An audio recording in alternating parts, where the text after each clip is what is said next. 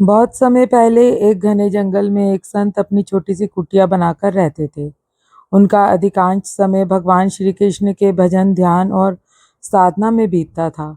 उसी जंगल से होकर एक किरात यानी शिकारी रोज आया जाया करता था। वह जंगल में जानवरों का शिकार करता था, लेकिन उसके मन में उस संत के लिए बहुत श्रद्धा थी। जब भी वह संत की कुटिया के पास से गुजरता, दूर से ही हाथ जोड़कर उन्हें प्रणाम करता और फिर अपने रास्ते चला जाता। उसे ना तो शास्त्रों का ज्ञान था, ना भगवान के स्वरूप की कोई विशेष जानकारी, और ना ही वह भक्ति की बड़ी बड़ी बातें जानता था। बस संत के प्रति उसके मन में एक सहज सम्मान था। एक दिन वह हमेशा की तरह संत की कुटिया के पास से गुजर रहा था।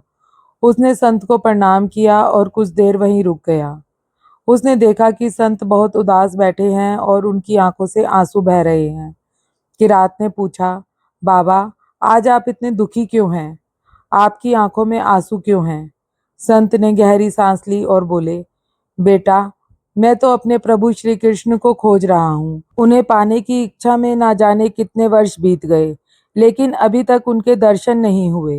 किरात को संत की बात समझ नहीं आई। उसने भोलेपन से पूछा, बाबा, आप किसका शिकार करने के लिए इस जंगल में बैठे हैं? संत ने कहा, बेटा, मैं श्री कृष्ण का शिकार करने बैठा हूँ। यह सुनकर किरात की आंखें फैल गई। उसने सोचा कि अगर बाबा किसी को खोज रहे हैं तो मैं उनकी मदद क्यों ना करूं। उसने तुरंत कहा, अच्छा बाबा, आप रोइए मत। मुझे बताइए कि वह श्री कृष्ण दिखते कैसे हैं। मैं जंगल का शिकारी हूँ। अगर वह जंगल में कहीं मिल गए तो मैं उन्हें पकड़कर आपके पास ले आऊंगा। संत उसके भोलेपन पर मुस्कुरा दिए, लेकिन उनके मन में अचानक एक विचार आया। उन्होंने भगवान श्री कृष्ण के मनोहारी स्वरूप का वर्णन करना शुरू किया। बोले, वह सांवले सलोने हैं। उनके सिर पर सुंदर मोर पंख सुशोभित होता है। उनके हाथों में बांसुरी रहती है। उनके चेहरे पर ऐसी मोहक मुस्कान है जिसे देखकर मनुष्य अपनी सुध-बुध खो दे। उनकी आंखें कमल के समान सुंदर हैं और उनका रूप इतना मनोहर है कि जो उन्हें एक बार देख ले, उसकी नजर उनसे हटती ही नहीं। किरात ने संत की सारी बातें बहुत ध्यान से सुनी। फिर बोला, बस इतनी सी बात है बाबा, आप चिंता मत करो। मैं उन्हें ढूंढकर आपके पास ले आऊंगा। संत ने कहा, लेकिन बेटा, श्री कृष्ण को पकड़ना इतना आसान नहीं है। किरात ने दृढ़ता से कहा, बाबा, आपने मुझे उनका रूप बता दिया है। अब जब तक आपका शिकार पकड़कर नहीं लाता, मैं चैन से नहीं बैठूंगा। उसने उसी क्षण प्रण लिया कि जब तक वह श्री कृष्ण को पकड़कर संत के पास नहीं लाएगा, तब तक वह ना अन्न खाएगा और ना पानी पिएगा। इसके बाद वह जंगल के एक शांत स्थान पर गया और वहां अपना जाल बिछाकर बैठ गया। उसे पूरा विश्वास था कि जिस तरह वह दूसरे जानवरों का शिकार करता है, उसी तरह श्री कृष्ण भी उसके जाल में फंस जाएंगे। पहला दिन बीत गया। वह जाल के पास बैठा रहा, आंखें रास्ते पर लगी थी। कभी इधर देखता, कभी उधर देखता, लेकिन श्री कृष्ण कहीं दिखाई नहीं दिए। रात हुई तो वहीं पे बैठा रहा। दूसरा दिन आया। भूख और प्यास से उसका शरीर कमजोर होने लगा, लेकिन उसका विश्वास कमजोर नहीं हुआ। वह बार बार संत की कही हुई बातें याद करता। साबले सनोले, सिर पर मोरपंख, हाथ में बांसुरी। वह सोचता, बाबा ने कहा है तो जरूर आएंगे। दूसरा दिन भी बीत गया। तीसरे दिन तक उसकी हालत बहुत कमजोर हो चुकी थी। शरीर में शक्ति नहीं थी, गला सूख चुका था, लेकिन वह जाल छोड़कर नहीं गया। उसकी आंखों में केवल एक विश्वास था कि बाबा ने जो कहा है वह सच होगा। तभी भक्त की इस सरलता और अपने वचन पर अटूट विश्वास को देखकर दयालु श्री कृष्ण का हृदय पिघल गया। भगवान तो प्रेम के भूखे होते हैं, वह भला उस सरल हृदय वाले किरात को और कितनी परीक्षा में डालते। कहते हैं, जब भक्त सच्चे मन से पुकारता है तो भगवान को स्वयं उसके पास आना पड़ता है। उसी समय वन में बांसुरी की मधुर धुन गूंजने लगी। किरात ने चौंक कर चारों ओर देखा।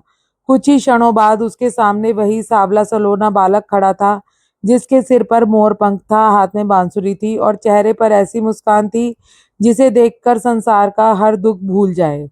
भगवान श्री कृष्ण धीरे धीरे आगे बढ़े और जाल के पास जाकर स्वयं उसमें फंस गए। लेकिन अब एक अद्भुत दृश्य हुआ। किरात श्री कृष्ण को पकड़ने के लिए बैठा था, लेकिन जैसे ही उसकी नजर उस मनोहारी स्वरूप पर पड़ी, वह खुद ही उनकी मोहनी छवि के जाल में फंस गया। वह एकटक श्री कृष्ण को देखता रहा। उसकी आंखों से आंसू बहने लगे। उसे समझ नहीं आ रहा था कि यह कौन सा आकर्षण है। कुछ देर तक वह श्याम सुंदर को निहारता रहा। फिर अचानक उसे संत बाबा की याद आई। उसकी चेतना लौटी तो वह खुशी से जोर जोर से चिल्लाने लगा, शिकार मिल गया, शिकार मिल गया, बाबा शिकार मिल गया। फिर वह श्री कृष्ण की ओर देखकर भोलेपन से बोला, अच्छा बच्चू, 3 दिन से मुझे भूखा प्यासा रखा और अब मिले हो तो मुझ पर ही जादू कर रहे हो। बाबा ने ठीक ही बताया था कि तुम बहुत सुंदर हो, लेकिन इतना सुंदर हो यह तो बाबा ने भी नहीं बताया था। श्री कृष्ण उसकी भोली बातें सुनकर मंद मंद मुस्कुराते रहे। किरात ने भगवान को ऐसे उठाया जैसे वह अपना शिकार पकड़कर ले जा रहा हो और उन्हें अपने कंधे पर बैठाकर संत की कुटिया की ओर चल पड़ा। वहां पहुंचकर उसने बड़े गर्व से कहा, बाबा, आपका शिकार ले आया हूँ। संत ने जैसे ही यह सुना वह बाहर आए, लेकिन सामने का दृश्य देखकर उनके होश उड़ गए। किरात के कंधे पर स्वयं श्री कृष्ण विराजमान थे।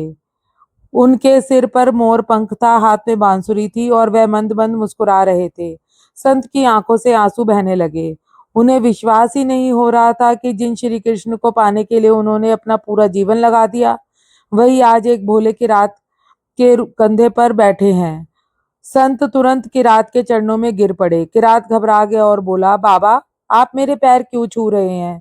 मैं तो आपका शिकार पकड़ कर लाया हूँ। संत ने कुछ नहीं कहा। उनकी आंखें केवल श्री कृष्ण पर टिकी थी। फिर उन्होंने भगवान से कातर स्वर में कहा, हे नाथ, मैंने आपको पाने के लिए बचपन से लेकर आज तक जाने कितने प्रयास किए, घर बार छोड़ा, वर्षों तक आपका भजन किया, तपस्या की, ध्यान किया और हल पर आपको पुकारा, लेकिन आप मुझे नहीं मिले। और यह किरात, जो यह भी नहीं जानता कि आप कौन हैं, केवल 3 दिन तक आपके आने की प्रतीक्षा करता रहा और आप इसके पास स्वयं चले आते हैं। प्रभु, ऐसा क्यों? श्री कृष्ण मुस्कुराए और बोले, बाबा, तुमने मुझे पाने के लिए बहुत साधना की, इसमें कोई संदेह नहीं, लेकिन इस किरात के मन में तुम्हारे प्रति जो निश्चल प्रेम है और तुम्हारे कहे हुए वचन पर जो अटूट विश्वास है, उसने मुझे बांध लिया। इसे यह भी नहीं पता कि मैं कौन हूँ।